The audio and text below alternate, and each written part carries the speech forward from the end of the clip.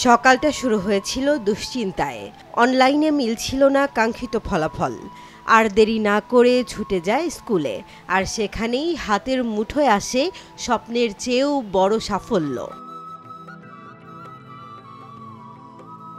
চট্টগ্রামের নাসিরাবাদ সরকারি উচ্চ বিদ্যালয়ের বিজ্ঞান বিভাগের শিক্ষার্থী নিবিড় কর্মকার এসএসসি পরীক্ষায় পেয়েছে ১৩০০ নম্বরের মধ্যে ১২৮৫।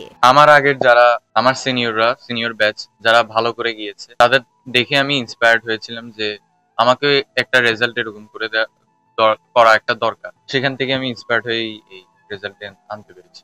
নিবিড় বলে, ভালো ফলাফলের আশা ছিল, কিন্তু নম্বর দেখে নিজেই চমকে গেছি। ভীষণ খুশি লাগছে। এই যেদিন রেজাল্ট দিয়েছিল দুপুর 2টায়, তো আমি নিজেই ওয়েবসাইট থেকে বের করে দেখেছিলাম গ্রেড শিট আর মার্কশিট। তো প্রথমে আমি বিভিন্ন সাবজেক্টের মার্কস আর কি ক্যালকুলেটরে হিসাব করে দেখলাম যে সব টোটাল মিলে কত হয়। তো প্রথমে দেখলাম যে ১২৮৫। আমি ভেবেছিলাম এর চেয়েও হয়তো বেশি স্কোর করতেও পারে যে কেউ, কারণ বলা যায় না। তো পরের দিন যখন দেখলাম যে ফেসবুকে সবাই লেখালেখি করছে যে এটাই নাকি সবচেয়ে বেশি হাইয়েস্ট, তখন গিয়ে আমি কনফার্ম হয়েছি যে এটাই হচ্ছে সবচেয়ে বেশি স্কোর। চট্টগ্রাম শিক্ষা বোর্ডে এবার জিপিএ-5 পেয়েছে প্রায় ১২,০০০ শিক্ষার্থী। তবে নিবিড়ের মতো এত বেশি নম্বর পাওয়া শিক্ষার্থীর সংখ্যা মাত্র একজন।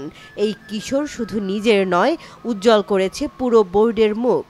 এই একটা বইয়ের পিছনে আমি যদি ঘন্টার পর ঘন্টা লেগে থাকি, সেটা আমার ব্রেইনের মধ্যে একটা স্টাক হয়ে যায়, একটা বোরিংনেস চলে আসে, যেটা আমার ভালো লাগতো না, একদমই না। তো আমি কি করতাম, যেই চ্যাপ্টার নিয়ে বসতাম মনোযোগ দিয়ে পড়তাম, কিন্তু সেটার পিছনে ঘন্টার পর ঘন্টা না লেগে থেকে প্রতিটা লাইন বাই লাইন পড়তাম। এরপরে এগুলোর পিছনে বোর্ড কোয়েশ্চেন যেগুলো ছিল সেগুলো আমি প্র্যাকটিস করতাম। মূলত বলা যায় যে পড়াশোনা না করলে জীবনে তো সফল হওয়া যাবেই না। আমি যখন দেখছিলাম যে মোবাইলে একটা আসক্তি বলে কিছু একটা ছিল, তো মোবাইলে এই আসক্তি বিষয়টা থেকে আমায় দূরে থাকতে হবে। তো এই বিষয়ে আমি সতর্ক হয়েছিলাম যখন আমার টিচাররা বলেছিল যে মোবাইলে আসক্ত হইলে যে পরবর্তীতে যে কনসিকুয়েন্সেস আসবে সেগুলো কভার আপ করা একটু ডিফিকাল্ট। তো সেই বিষয় থেকে আমি সতর্ক ছিলাম। এই জন্য আমি এই মোবাইলে আসক্তি থেকে একটু নিজেকে বিরত রাখতে পেরেছি। আর নিবিড়ের মা-বাবা বলেন, শিক্ষকদের সহযোগিতা ছাড়া এই ফলাফল সম্ভব হতো না। ও ছোটবেলা থেকেই পড়ালেখায় খুব সিরিয়াস ছিল বলে যোগ করেন। স্কুলে যাওয়ার আগে তো যেহেতু ২টা বেজে গেছে, তুমি মোবাইলটা চেক করো, দেখো কি আসতেছে, তোমার রেজাল্টটা কি ঢুকতে পারো কি হয়েছে।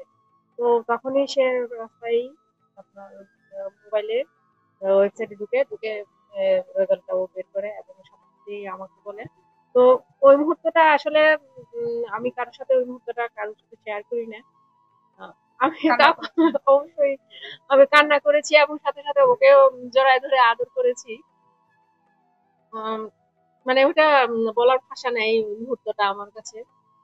নাসিরাবাদে ফার্স্ট হয়, সেটার উপরে কিন্তু আমরা আমাদের আস্থা আছে, টিচাররা ওকে গাইডলাইন দিচ্ছে, আমরা খুশি। তারপরেও আমরা চিন্তা করলাম যেটা, যে ও নাসিরাবাদ বয়েজে 5টা সেকশনের মধ্যে সে ফার্স্ট হয়, কিন্তু পুরো চিটাগাং এ নয়।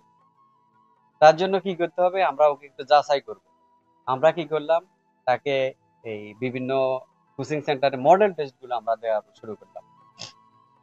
সেই মডেল টেস্টে কারণ হলো, সেই মডেল টেস্টে আমার কলেজিয়েটের ভালো স্টুডেন্টরা আসতেছে, স্বাস্থ্যগীর আসতেছে, গভর্নমেন্ট হাই, মুসলিম হাই থেকে শুরু করে সবাই আসতেছে।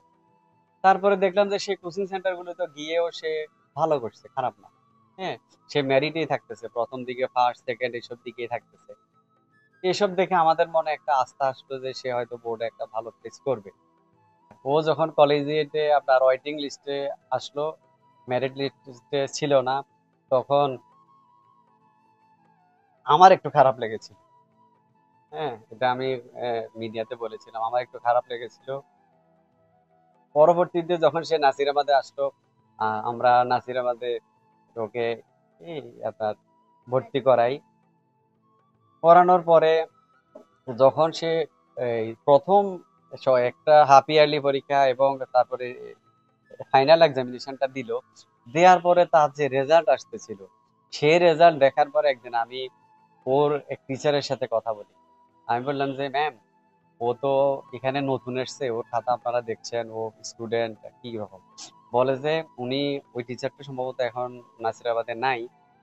বলে যে দাদা, আমি প্রতিটা ক্লাসে ওকে ফলো করি। আমার দৃষ্টিতে ও নাসিরাবাদে বেস্ট বয়। হ্যাঁ, বলে যে ওর লেখা, ওর হ্যান্ড রাইটিং যেটা সে ওর মা থেকে শিখে। হ্যাঁ, বলে যে দাদা ওর হ্যান্ড রাইটিংটা খুব সুন্দর, প্রতিটা খাতাতে একবারে নিট অ্যান্ড ক্লিন। আর তার কিছু জিনিস হলো হুবহু সে মুখস্থ লিখে না, সে নিজের ভাষায় লিখতে চেষ্টা করে। এটা ক্লাস 5 এর কথা। হ্যাঁ, তখন আমি বললাম যে যদি সেটাই হয় তাহলে আপা অবশ্যই আমি সেই কৃতজ্ঞতা আপনাদেরকে দিব।